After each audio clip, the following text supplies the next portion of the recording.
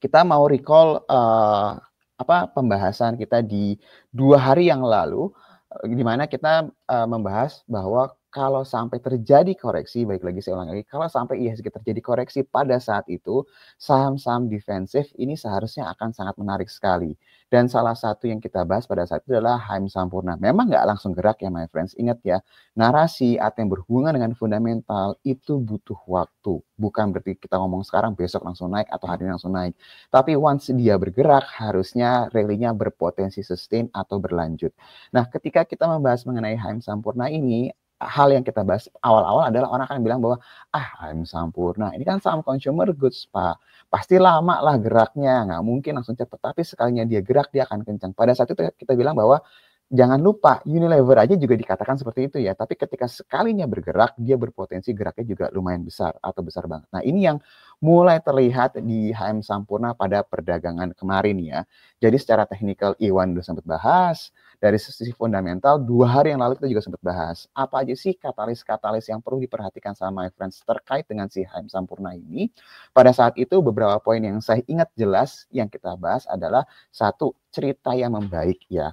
Jadi memang terlepas kalau kita ngomongin, penjualan rokok konvensional kan memang lagi menurun, setidaknya sekarang dengan data-data yang ada mulai stabil ya. Bahkan untuk beberapa produk tertentu HM Sampurna, mereka mulai berani menaikkan harga jualnya. Berarti kan mereka pede dong, konsumennya itu berani nggak, konsumennya itu berani beli gitu.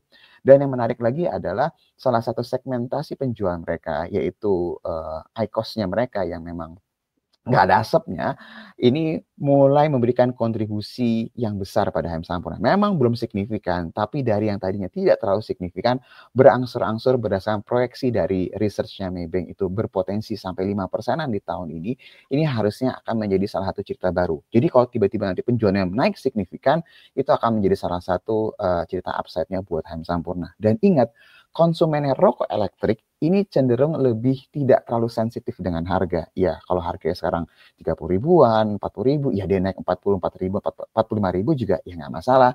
Padahal kenaikan itu cukup signifikan untuk harga jualnya. Dan ada beberapa hal lain lagi yang kita bahas mengenai keadaan ini adalah dari sisi dividen payout ratio-nya sama dividen yield-nya. Jadi kalau my friends coba cek lagi apa yang kita bahas 2 hari yang lalu, dengan melihat keadaan sekarang, tadi saya ngomong poin pertama ya, pasar mencari saham-saham BUMN yang sehat keuangannya, rajin bagiin dividennya. Ini cepat atau lambat pasti akan terjadi rotasi. Kalau saham-saham ini sudah naik, market akan nyari lagi, mana lagi ya yang rajinnya sehat, yang kuat keuangannya, yang rajin bagiin dividen, dan dividen yield-nya besar dan potensi double digit, BUMN udah naik kenceng, nanti dia akan cari lagi yang lain. Jadi HM Sampurna ini salah satu bisa dikatakan saham yang akan mendapatkan kebagian cerita dari sana dan berpotensi mendapatkan info dari sana. Nah, kalau my friends lihat, secara historis dividen payout ratio-nya tergolong selalu besar, dan dengan keadaan sekarang dividen yield-nya berpotensi bisa menuju double digit di angka sekarang, meskipun nggak di atas 10% ya, tapi menuju double digit nih.